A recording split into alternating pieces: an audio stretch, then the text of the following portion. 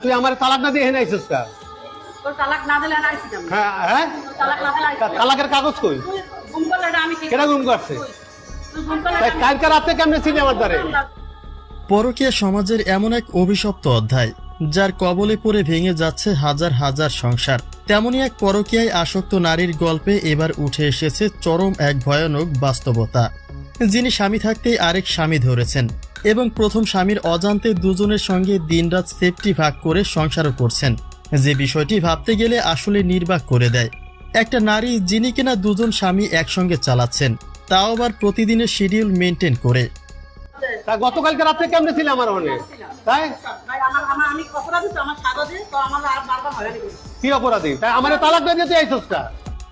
ঘটনাটি হাতে নাতে ধরে ফেলেছেন প্রথম স্বামী।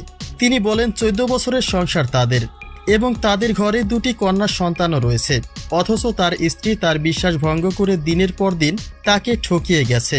প্রতিদিন তিনি যখন নিজের কাজে বেরিয়ে পড়েন, ঠিক তারপরেই স্ত্রী অন্য স্বামীর ঘরে চলে যায়।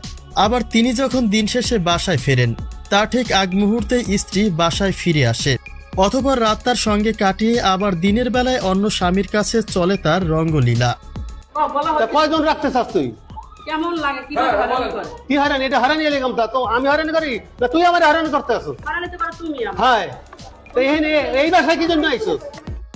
এই ঘটনায় ভুক্তভোগী স্বামী বলেন, স্ত্রীকে বিশ্বাস করে তিনি তার সমিলের জমি পর্যন্ত স্ত্রীকে লিখে দিয়েছেন, কিন্তু সেই স্ত্রী বান্ধবীর বাসায় যাওয়ার কথা বলে দিনের পর দিন তাকে ঠকিয়েছে।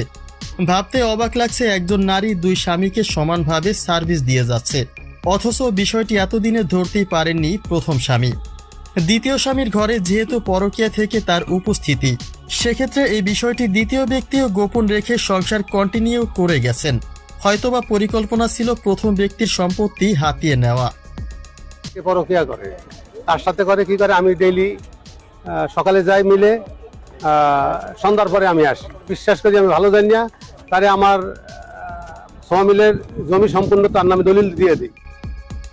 ঘটনাটি হাতে নাতে ধরার পরে নিজের দোষ এড়ানোর চেষ্টা করেন সেই নারী। তবে সর্বশেষ তিনি অনুতপ্ত না হয়ে বরং স্বামীকে এটা বলেন যে এতদিনে তোর নামে মামলা করিনি, এটাই তোর ভাগ্য। অর্থাৎ তিনি তার অবস্থান যে মজবুত করে নিয়েছেন সেটা তো বলাই যায়। অন্যদিকে অর্থ সম্পদের সঙ্গে সংসার হারিয়ে ভেঙে পড়েছেন ভুক্তভোগী স্বামী।